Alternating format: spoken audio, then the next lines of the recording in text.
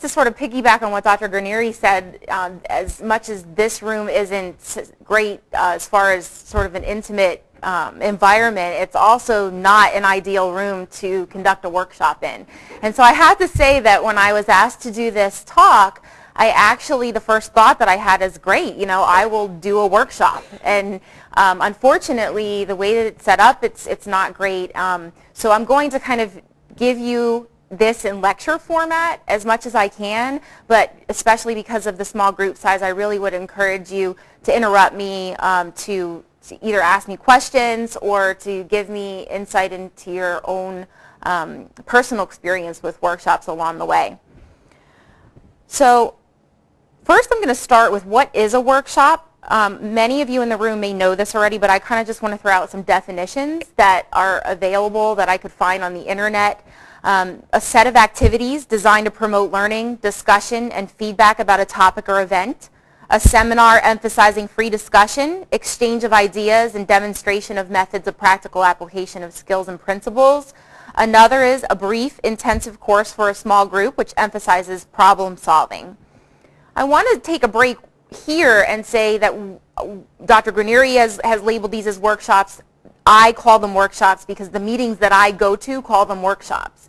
However, many of you in the room might not be in internal medicine and may be attending meetings that do have something that's like a workshop but might not be called a workshop. So I had an opportunity to kind of scan some of the national meetings in other subspecialties or disciplines, and have found that what I'm going to be talking about and what I'm going to be calling a workshop sometimes is called something else, like a course, a seminar, an interactive group forum. So just be aware that there are opportunities to apply what I'm going to tell you to your own discipline or your own regional or national meeting. Typically, workshops take place during a regional or national meeting. So before I proceed, I just want to get a sense from the room, how many people have attended a workshop at a national or a regional meeting? Okay, most people in the room. Next question is, how many people have actually developed and presented a workshop, either as the leader of the workshop or a co-presenter? Okay. So this is a pretty sophisticated audience. So again, I'll encourage you to chime in and also add any additional points that I may miss during this talk. So I'm going to talk about a few different components here. First, why should educators participate in the development of workshops? I'm going to talk briefly, but also specifically about how workshops may assist with promotability. I'm also going to talk about how to choose a topic for a workshop and also how to choose collaborators. I'll talk about writing a workshop abstract and planning a workshop session, and then spend a little bit of time at the end going over some of the additional ways that you can use the work that you already contributed to the workshop to other venues. So first, why do people attend workshops? Well, usually people who go to workshops, the audience members, are seeking a high-yield, time-efficient, interactive educational experience on a topic or area of interest. And the thought process behind holding this learning session in a workshop forum is that it may be, in many cases, more effective to deliver the information in this format rather than doing so in a large group lecture like we're doing right now, or even in expecting that audience member to learn that material with the use of self-directed reading on a given subject. So it may just be more of an effective method for teaching. Usually, going to a workshop involves learning or reviewing material on a given topic that's applicable to the participant's clinical, educational, or research area of interest. So you should keep this in mind when you're trying to attract potential audience members to your workshop, kind of knowing who might want to attend your workshop and who your target audience is. Another reason why people go to workshops at regional and national meetings is because it's oftentimes used as a way to network. So if you think about it, if you choose a clinical workshop, a workshop that's given on a clinical area of interest, you're probably going to meet other people in the audience who share similar clinical interests. Same goes for if you're attending a workshop on a research method or you're attending a workshop on a procedural skill, you're likely to meet people who have common interests. It may be a good way to find collaborators either for future workshops or future research projects or just to get to know other people in your field. So why develop workshops? So you as the clinician educator are saying to yourself, well, I know that this takes a little bit of my time. I probably don't get time during my usual workday to develop these. What's in it for me? Well, certainly most of us in the room, especially those of you who have both written publications or written manuscripts and also have developed workshops, would probably agree that most times developing a workshop is less intense, less time intense than writing a manuscript, if you think about the process from start to finish. There's little upfront work with developing a workshop. Typically, it takes 2 hours at the most to formulate a workshop overview and abstract. So the writing of the abstract takes very little time. Once the workshop is accepted, then the development of the workshop takes a little bit more time. But I would say, given I've probably done 15 or 20 workshops in the last 4 to 5 years, I would say that overall, from start to finish development of the workshop session takes no more than 20 hours, sometimes less than that. And note that it's usually, that work is divided amongst 3 to 5 other co-presenters. So for an individual who is participating in the development of a workshop, you can expect to spend probably 5 to 8 hours of time on developing your section. In addition, compared to publication, this is a lot less hours, a lot less work. When you think about the process that is manuscript writing, manuscript editing, manuscript submitting, and then resubmitting and resubmitting as many times we have to do in order to get it accepted, and then add in the revision process that typically takes place before your manuscript gets published. So it's certainly less time intense. In addition, another great thing about workshops as a way to disseminate scholarly work is that it is usually not necessary to include a lot of data or a lot of your own data in order to present a workshop. For instance, one type of workshop to present is something related to your ongoing research, so presenting a work in progress. You may be able to get away with just presenting some preliminary data, either as a way to attract participants by putting that in your abstract, or during the workshop itself to take a little bit of time out to present some preliminary data. But it does not have to be a complete project in order for you to get it out there and get people knowing what you're up to as far as your research is concerned. In addition, depending on the topic, the workshop itself may not need to be scientific at all, and there may not be the need at all for any data. So that's also nice. Another reason for presenting workshops or developing workshops is the national experience.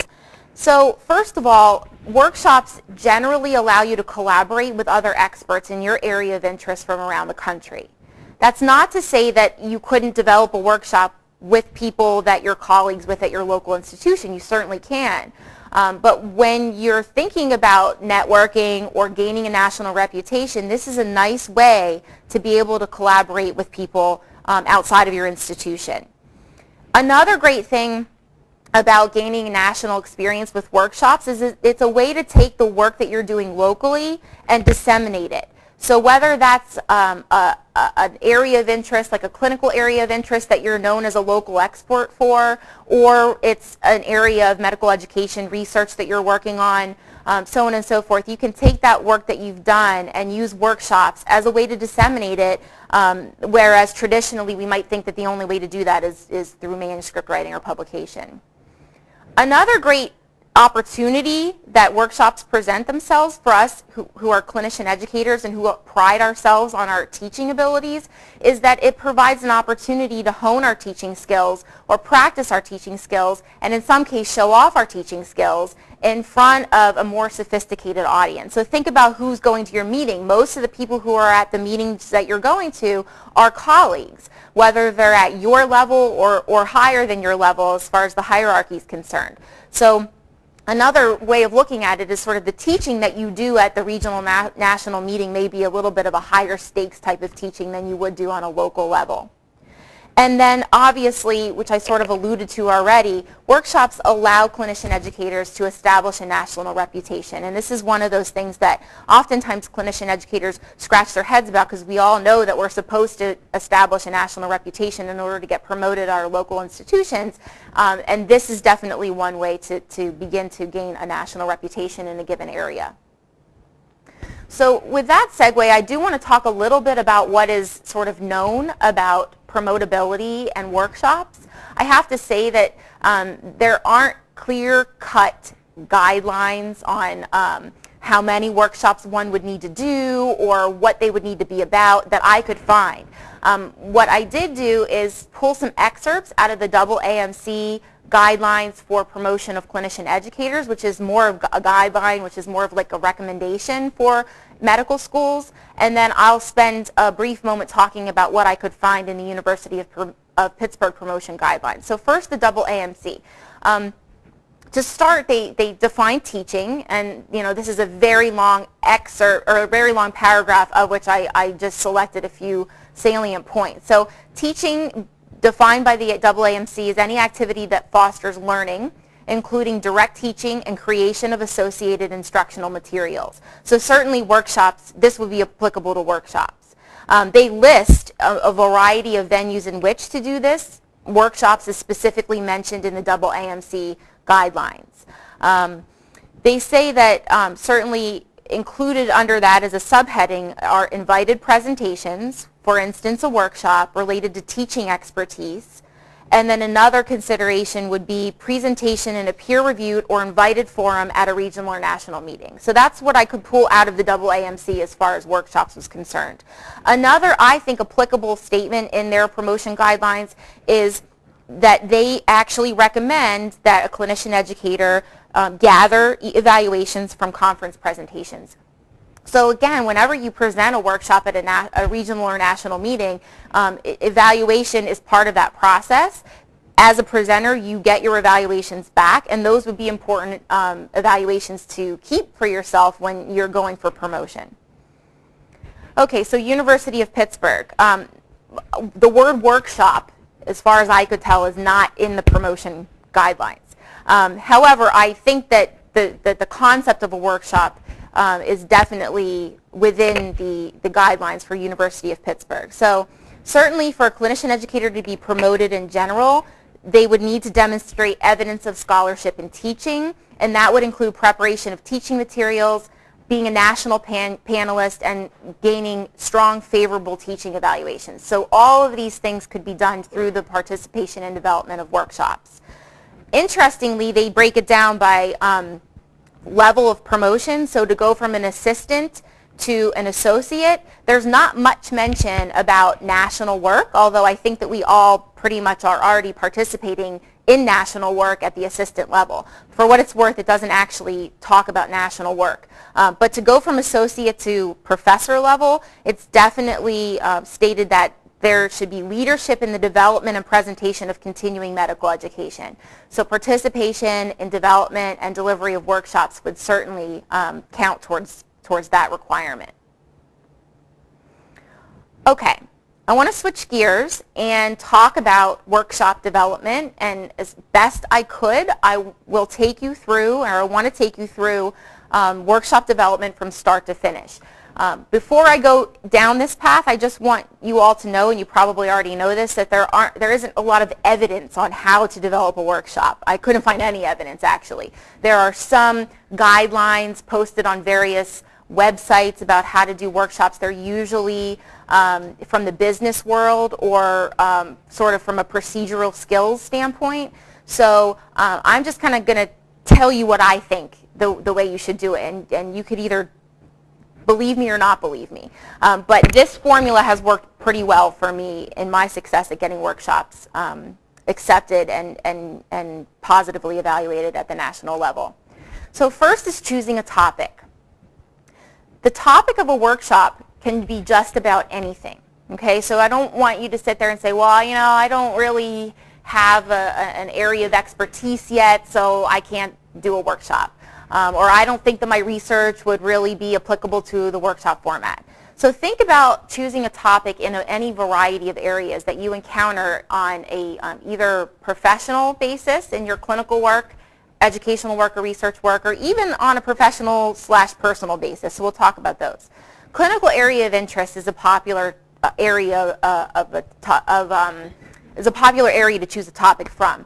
A couple of ones that have come from our division in particular have been management of abnormal Pap tests or how to perform a certain procedure, like a joint injection workshop or something like that.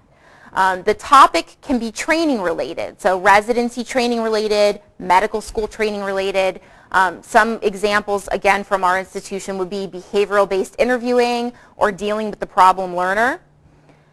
The topic could be methodological, so you could present a workshop on how to design a curriculum or research methods in medical education research. So those are types of things that might be more loosely associated with the kind of work you do on a daily basis. Professional development is also a popular area for workshops. Couple of examples here are how to be an effective mentor or mentee, or how to navigate your promotional track. The workshop can be on a specific set of teaching skills. So a workshop could be delivered on how to be an effective preceptor, or how to teach medical errors communication to trainees. So it could be more specific of a teaching skill.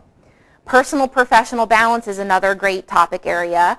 Some examples of that would be part-time options in academic medicine or volunteerism. Another thing to do if you're trying to sort of scan your area, your repertoire for what you could convert into a workshop, is any 1-hour lecture that you've been asked to give, whether that be like a grand rounds or a noon conference or some kind of seminar locally. Usually you've put enough work into that that you could easily translate that into a workshop at the regional or national level. And then certainly any ongoing research or curricular project can be turned into a workshop. And we've actually done this relatively frequently when we're interested in disseminating our educational research work at a national level, but we're not ready to publish it yet. So oftentimes the first step for us would be to present it in a workshop format. Okay, so throughout this section of my talk, I want to give you an example. I want to put this into real terms for you. And Dr. Guarneri already mentioned that a group of us, and I'll sort of tell you where the us is from in a second, are giving a workshop on how to do a workshop at SGIM. So I thought that that would be a nice example to kind of demonstrate some of the things that I'm talking about here. So the title of our workshop is Workshop Preparation and Presentation at a Regional or National Meeting, a Valuable Form of Scholarship. I want to just caveat here for a moment that I am not good at tricky and clever and witty titles. That's my downfall. When it comes to workshops or any other submissions, I'm not good at that. If you can come up with a more catchy or witty title, as long as it's not ridiculous, sometimes that in and of itself can attract people to want to come to your workshop. So that's my disclaimer here, is that I obviously know that this is a pretty dry title, but it tells the potential participant what they might be getting themselves into. So the strategy for us to develop this workshop is, first of all, the people who are going to participate in the development of the workshop have lots of experience with workshops. So, point number one is that if you're going to develop a workshop, you should probably have at least a little bit of experience in the area that you're developing it in, although we've seen that even those of us who have participated in workshops that we felt uncomfortable with, whether it would be from a clinical standpoint or a research or educational standpoint, by the time you're done preparing the workshop, you actually are an expert. So don't be afraid to jump in, but usually the topic or the idea for a workshop comes from something that you're already comfortable with. We also chose this because we thought that this would be widely applicable to most clinician educators who would be attending our meeting. It was a novel idea. So from what we could remember from years past, nobody's ever presented this before. It doesn't mean that your idea, if it's been presented at a prior meeting, isn't a good idea to present. But if you can make it a novel idea, or you can make it a novel approach to an old idea, that's oftentimes going to allow your workshop to be more successful in the selection process. And in addition, I'm going to get back to this concept at the end of my talk, but one big reason why we chose to submit a workshop on how to do a workshop is because I already knew that I was going to be giving this talk. So I already knew that I was going to be putting work into developing this talk, and then realized that this work that I'm putting into this talk can also be used again as a workshop. So why not get some mileage out of it? I think that a lot of us as clinician educators try and do that with a lot of the work that we do. Okay, so how to choose a meeting venue. Certainly most major associations in academic medicine, regardless of the discipline or subspecialty, include workshops or something by a similar name as educational venues. And some examples would be Society of General Internal Medicine, which is where I present most of my workshops, American College of Physicians, American Association of Pediatrics, American Association of Family Practitioners, and the Society of Academic Emergency Medicine are just some, to name a few. Also, associations that are affiliated with medical school education and administration often have workshops as part of their educational component to the meeting, so the AAMC or Clerkship Directors in Internal Medicine, for instance.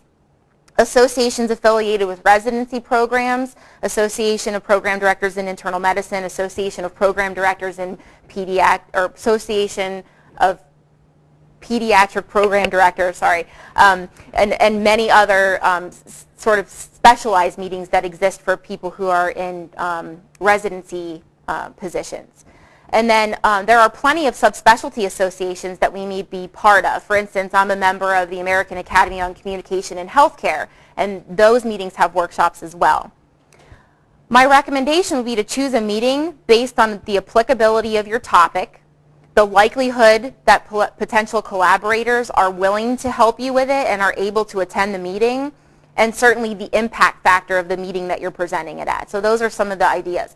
Usually what happens is that we usually have our favorite meeting that we attend every year, or that most of our colleagues attend every year. That would be the meeting that you would want to consider submitting a workshop to.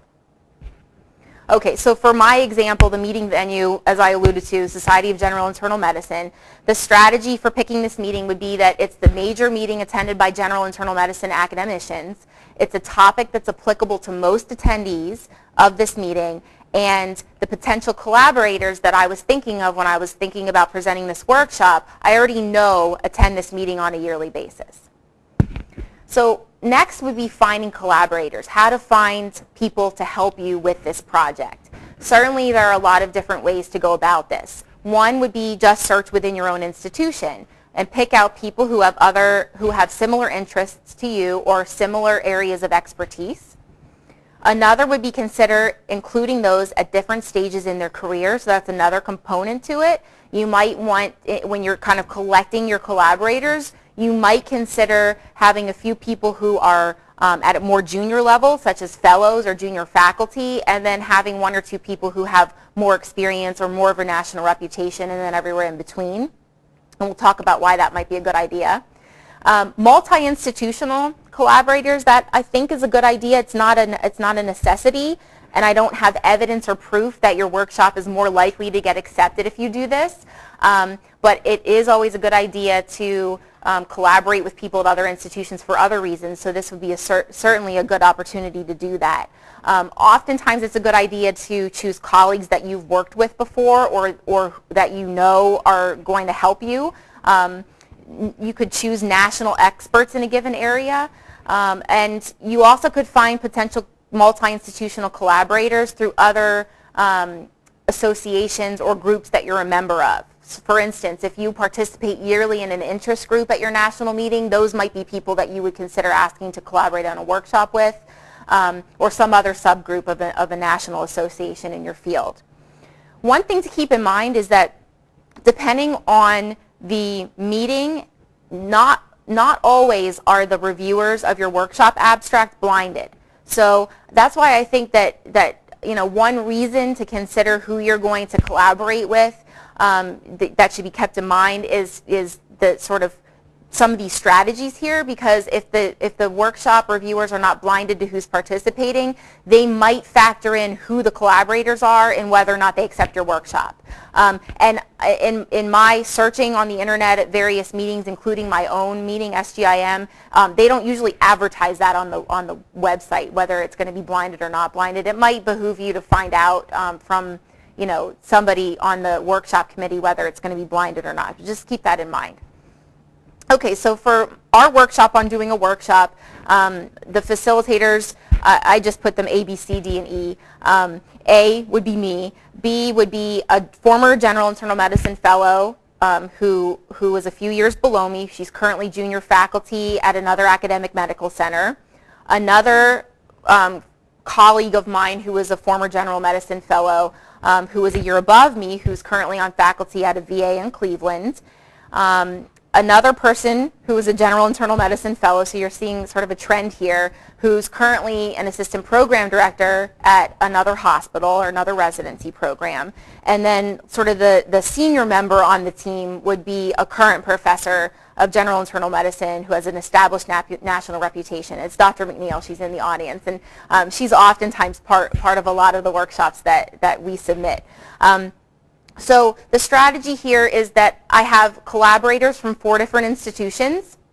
Most of the people who are collaborating with me are junior faculty, and I'm calling them workhorses. So keep in mind when you're selecting who you're going to collaborate with, you might want to consider how much time those individuals have to contribute to the development of the workshop should it get submitted. One of them, Dr. McNeil, has an existing national reputation, so keep that in mind. If your workshop abstract is not blinded, this might have some impact on whether it gets accepted or not. But all of them, and this is purposeful, all of them have significant experience and success at leading workshops at the national level. So sort of they have a good track record when it comes to doing workshops. So the next strategy, or the next thing that you need to do, is you need to decide on the workshop structure. Okay? And typically workshops, they can take place over the course of anywhere from 60 minutes to 3 hours, and some of them are even longer than that, depending on how you define the workshop or what else you call them. But usually there should be a didactic component and an interactive component to your workshop. And again, I already apologize that for the most part, this is more of a didactic, but a very, very important part of workshops would be the interactive component.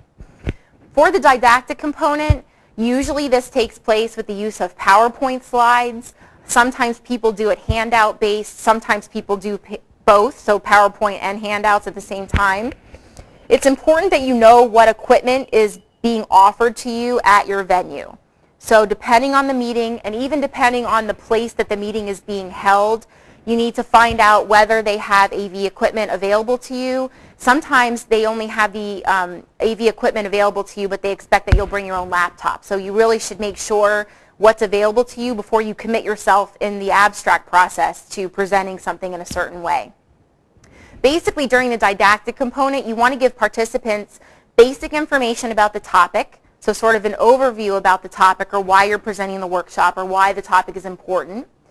And this is typically a good time to give them information that they might need in order to participate in the interactive component. So if they need, some baseline knowledge and you're not sure who your audience is going to be, it's a good idea to give them that baseline knowledge before you set them out into their small groups or their interactive component.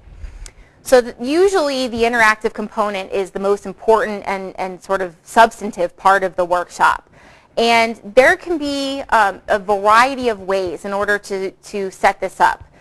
One very popular way in the workshops that I've participated in would be a case-based format. So writing cases that can be facilitated by one of the co-presenters with a small group that works them through a case in order to illustrate the points that you're trying to get across. Another popular one would be learning or skills stations. There was a workshop on sort of birth control methods. And so there was a table that had how to insert an IUD, and they actually had, practicing skills with a facilitator with the actual equipment, and a variety of different tables that people would rotate to during the course of the workshop. Another way to do this would be facilitated question-answer sessions. So you would have a very scarce outline of some questions that you would want to ask the group participants, and then have a discussion, and then you as the facilitator would fill in any blanks that the group didn't come up with themselves as far as answers are concerned. A big question for workshops is which one should come first, and I've actually done it both ways. So, the intuitive way, I think, would be to do the didactic and then do the interactive, but it actually works well to do it the other way around. Doing it the other way around would be a way to, a good way in a group where you think that most of the people in the room are already pretty comfortable with the topic or who are already going to be experts in the area. It will be a way for those groups to then uncover areas of knowledge deficiency. There's a risk to doing this because you either, as facilitators or workshop presenters, have to be super comfortable with your expertise in the area to be able to field any questions that might come your way after the interactive component, or you have to be super tricky and clever and actually create your PowerPoint slides to answer the questions that you think are going to come out of those interactive sessions. So it's definitely risky. And if it works really great because then the participants are really engaged in the learning process and really interested in then coming back sort of to the experts to get their questions answered or get them worked out. The time breakdown. In general, as a sort of a general rule, I would say that a fifth of the workshop time that's allotted should be spent doing didactics. 3/5 should be spent during the interactive component. And then remember to save at least about 1/5 of the time to debrief about what happened in the small groups or debrief with the large group, to allow time for questions because audience members get really grumpy if you don't allot time for questions, and also to collect evaluations. And again, very important because you're going to want to bring those evaluations back with you to your home institution. Okay, any questions at this point before I move on to writing the abstract? Okay. So writing the abstract, the first thing, and this is obvious, you should consult the submission guidelines so that you write the abstract in the way that the meeting expects and wants you to write the abstract. Different meetings will have different formats. Definitely include in the background information why the topic is important to the prospective audience. Then tell the audience what they should expect or what will happen during the session, and then tell them what they'll take away after they've participated in the session. So that's kind of like the cookbook recipe to writing the abstract. So for my example, and I just took an excerpt because I didn't want to bore you with the entire detail, but in this abstract, why the topic is important. Workshops can afford academic physicians the opportunity to share clinical, educational, scientific, and or faculty development expertise to a wide audience. Workshop presentation can serve as an important scholarly activity that enhances one's promotability within an institution. Sorry, there's a typo there. So again, you're telling them this is why this is important in case you didn't know already. What to expect during my workshop? Well, participants will learn how to choose an appropriate topic and meeting venue, compose essential elements of workshop proposal, including the proper construction of learning objectives. Participants will learn how to effectively present their topic in an evidence-based manner within the time allotted for a typical workshop, and the group will brainstorm ways to optimize audience participation and hands-on learning. And then sort of the third section of the background would be what the participant's going to take away from my workshop. Participants will design a workshop from start to finish on a topic of common interest which may be submitted to a future meeting if desired. All participants will leave with the skills needed to prepare and present their own workshops, and valuable handout materials outlining the process in detail will be disseminated. So that's what they can expect to take away. Okay, so the meat of the abstract for a workshop submission is the sort of summary of what the session is going to offer. However, most workshop submissions would require a list of learning objectives for the workshop. So I wanted to take a little bit of time to talk about learning objectives, although I'm sure in your other work or even in this venue you might have heard about proper construction of learning objectives. I thought I would review some important components to that. Learning objectives should summarize what the participant will be able to do after attending the workshop. When you're writing your learning objectives, reviewers of workshops often will look for action words rather than passive descriptors, so I'll talk about what the difference is in a second. Objectives should encompass the main learning tasks of the workshops for the participants. One way to go about writing learning objectives is using the SMART mnemonic. So S would stand for specific. Learning objectives should say exactly what the learner will be able to do. Measurable. The task at hand should be able to be observed by the end of the training session. A would be attainable for the participants within the scheduled time and specified conditions. R would be relevant to the needs of the participant and the organization. And T would be time framed, achievable by the end of the training session, so not to set too lofty of a goal. So effective verb choice. Good verbs to include in your learning objectives are listed here. There's actually multiple. If you think that it sounds like it's an active type of verb where somebody can actually do something with it, that would be a good one. So ones that are commonly included in learning objectives for workshops would be define, demonstrate, describe, explain, identify, list, name, recognize, select, and summarize. Things that you should avoid that are bad, that are passive verbs: learn about, understand, know, realize, perceive, and be aware of. Those are passive, and I would steer clear of those. They're not very measurable. So here are my objectives, my learning objectives for this workshop. At the conclusion of the session, participants should be able to outline the essential elements of an effective workshop, including composition of specific measurable learning objectives, select a workshop topic from their own clinical, educational, or scientific interests and choose appropriate co-presenters, identify ways to convey learning points during a workshop using a variety of educational approaches, including didactic, case-based, and written materials, list effective ways to make workshops interactive or hands-on, and explain how presenting a workshop at a regional or national meeting can enhance an academic physician's body of scholarly work. Okay, selection process. I already talked about blinding versus not blinding of the reviewers. Usually your workshop abstract will be read by multiple reviewers, and it'll be rated, and then those scores will be averaged together in order to determine whether it gets accepted or not. For the meeting, this is just an example for the meeting that I submitted this workshop to, SGIM.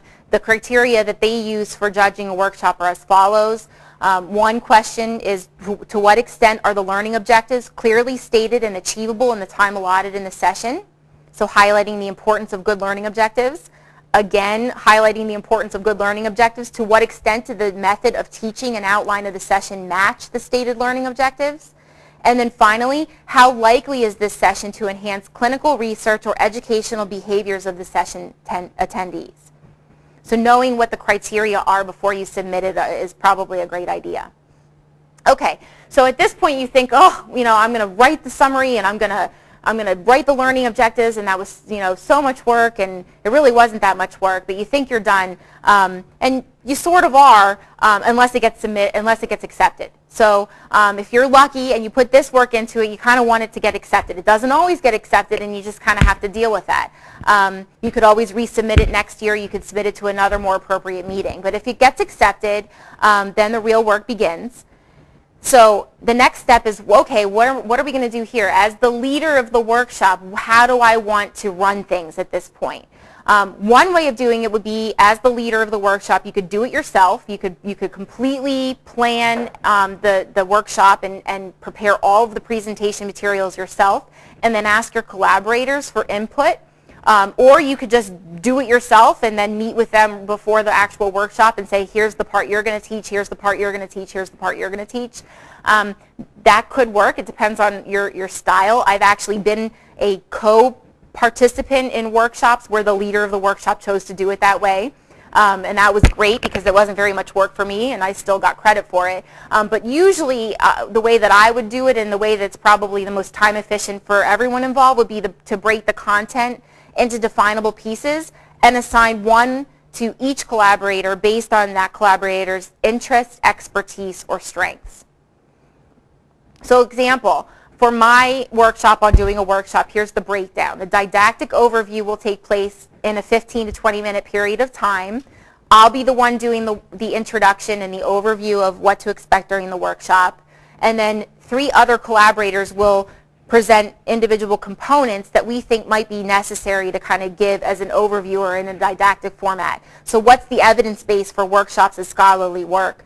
What are the basic components of a workshop? And what are the venues in which to present workshops? So this is real brief. It just provides sort of a setting the stage for the workshop. And then the remainder, or the large remainder of the time, would be breaking into different groups, and there will be 4 groups. So one group would be focusing on how to choose a topic and how to choose collaborators. Another would be composition of an abstract and learning objectives. Another would be interactive methods in workshop presentation, and then the final one would be didactic and handout strategies. So each group would be handled by one facilitator, and then they would switch. And then one of the collaborators would then be the one to sort of facilitate the debriefing or the large group discussion or facilitate the questions after the small groups come back together.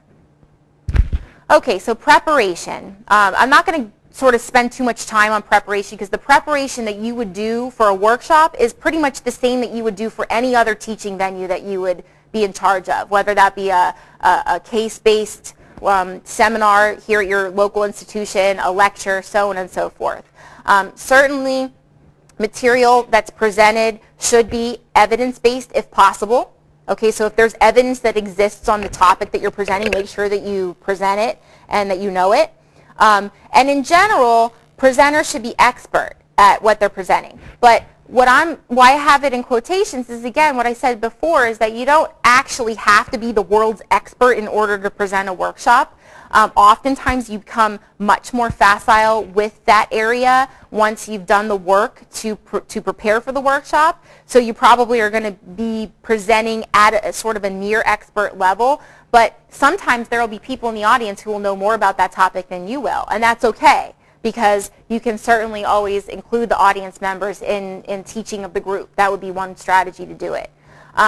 As the workshop leader, you should set deadlines for your collaborators. Make sure that you keep them on the deadline. If you expect them to do a chunk of the work, tell them when you need it by. If you're doing the workshop with people at your local institution, certainly setting up meetings periodically in the months leading up to the workshop is a good idea. Otherwise, conference calls if you're doing a multi-institutional workshop. And then setting up a practice session. I highly recommend that you at least set up one practice session. When I was a fellow, I was like very uptight about, I wanted to make sure that the workshop went really well. I think I had like 3 practice sessions for my first workshop. Now I like to at least powwow at the meeting, like the hour before or the day before or something like that with my collaborators to make sure that we're all on the same page. Make sure that you're aware of the meeting deadlines for handouts or for inclusion of the workshop material on the CD-ROM or website.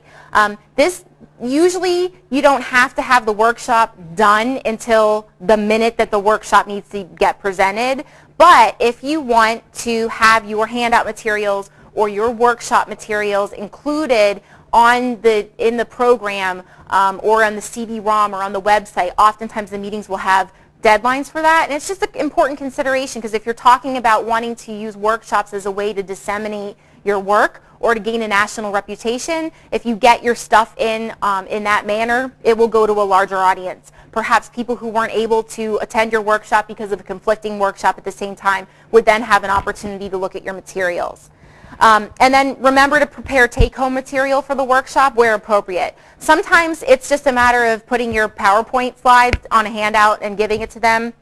Sometimes appropriate handout materials would be a list of resources depending on the topic. Some people will go ahead and do an annotated bibliography or a reference list. And sometimes worksheets or teaching materials for that person to take back to their home institution and use might be beneficial handout material.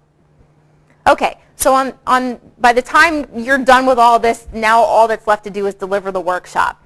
So one slide on delivering the workshop.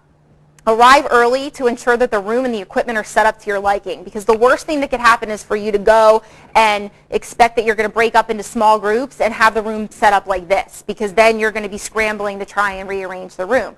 Or if you have a large component of your workshop taking place with PowerPoint slides and the AV equipment isn't working, it would be good to know that sooner rather than later so that your workshop can be assigned to a different room. During the workshop at the beginning, it's always a good idea to get to know your audience. I think that that's a good rule in general, if you don't know your audience, to kind of get a sense of who they are and where they're coming from. It's really important to try and assess the range of prior knowledge or experience with the topic. I'll always remember a time where a group of us presented a workshop on chemo prevention for primary prevention of breast cancer, and apparently, like, you know, we call him a heckler, but there was a guy in the audience who was like the world-renowned expert in this area, and he was only coming to like kind of see why we were calling ourselves experts, and he kind of gave us a hard time. So it's kind of good to know what you're getting yourself into or know who you're dealing with. Another important reason to do sort of an ice-breaking session at the beginning would be to glean what the audience members actually hope to accomplish by attending, because, you know, that's going to directly impact on the evaluations that you receive. So if they think that they're coming to learn one set of skills and you weren't planning on teaching that, then you need to kind of think about that during or before you start the workshop. Do not deviate from the timeline, so designate a timekeeper to stay on task.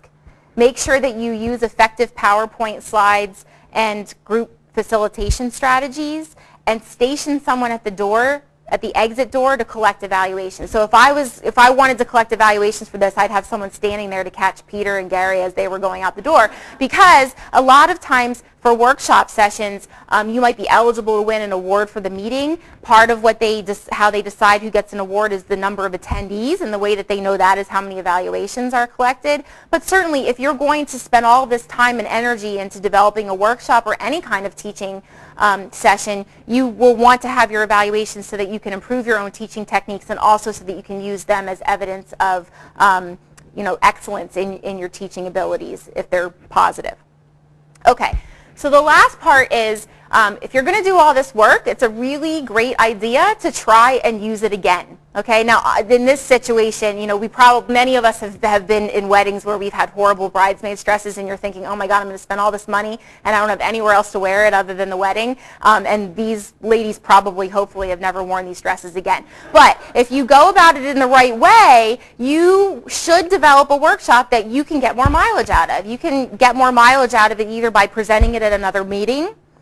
If it was really super popular at this year's meeting, you might want to consider submitting it again. That happens a lot of times, especially for workshops where they were closed because there were so many people in the room. Other people who might have wanted to attend couldn't get in the room.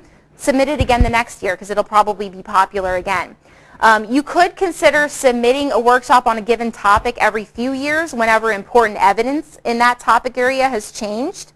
You could consider expanding it to a pre-course or a course. So usually, oftentimes meetings will have workshops that will be like a 90-minute period of time, and then they'll offer either a half-day or a whole-day course, which would be 3 to 4 hours, or 6 to 8 hours. So if you sort of try it and it goes over well as a workshop, and you think that you could add more material to it, you could expand it into a pre-course.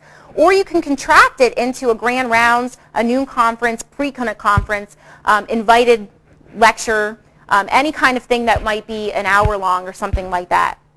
Certainly, workshops can also be used as a springboard for a publication. And a lot of times workshops can be turned into a descriptive piece, a book chapter, a systematic review, especially if you've really taken a lot of time to get all the evidence behind that topic. Or, again, if it's sort of a work in progress type of thing, you can add your data to it if it's a research project, and then certainly turn it into a scientific paper. And we've done that with several of the workshops over the years that we've presented. So in summary, workshops serve as an important component to a clinician educator's teaching portfolio. They provide the opportunity to hone teaching skills, establish a national reputation, and find collaborators for other scholarly activities. The keys to a successful workshop include choosing the right co-authors, selecting a novel or popular topic, writing an effective abstract, and developing an interactive session. And the workshop can be used as a springboard for additional scholarly activity. And that's it. Some time for questions.